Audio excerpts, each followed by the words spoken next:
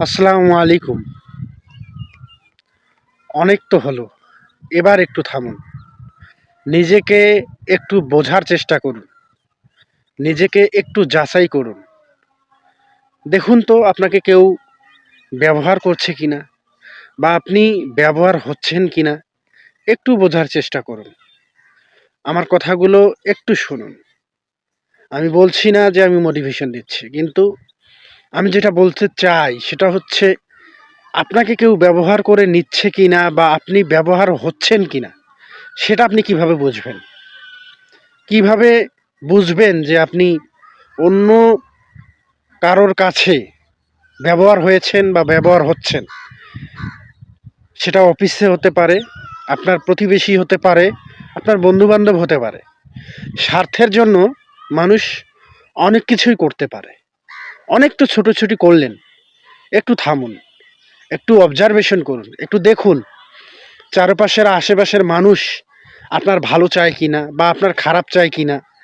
কে কি নিয়ে ভাবছে না ভাবছে একটু বোঝার চেষ্টা করুন, একটু উপলব্ধি করার চেষ্টা করুন। দেখুন, পৃথিবীতে মানুষ পারে না এমন কোনো কাজ নেই। নিজের স্বার্থের জন্য সব ধরনের কাজ মানুষ করতে পারে। সেটা আমার বন্ধু হতে পারে, আমার ভাই হতে পারে, বা আমার পরিবারের আপন মানুষজন বা আত্মীয় স্বজন, এরাও হতে পারে।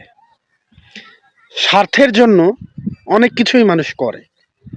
আপনাকে উস্কায় দিয়ে আগে যাওয়ার রাস্তাটা দেখাই দিবে, কিন্তু পিছনে সে আর দাঁড়ায় থাকবে না, সে পিছন থেকে সরে যাবে। সেদিকটা লক্ষ্য রাখেন।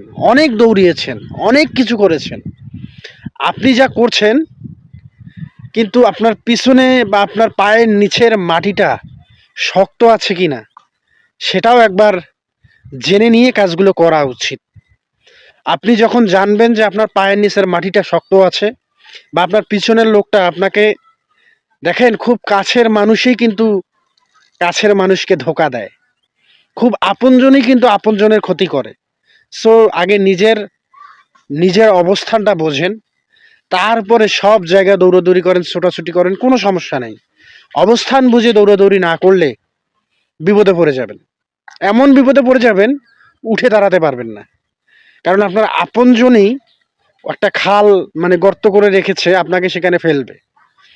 আপনাকে উৎসাহ দিচ্ছে, আপনি দৌড়ান, আপনি দৌড়াচ্ছেন, কিন্তু কখন যে সে নিজে সরে যাবে বা আপনার পায়ের নিচের মাটি সরে যাবে আপনি বুঝতে পারবেন না।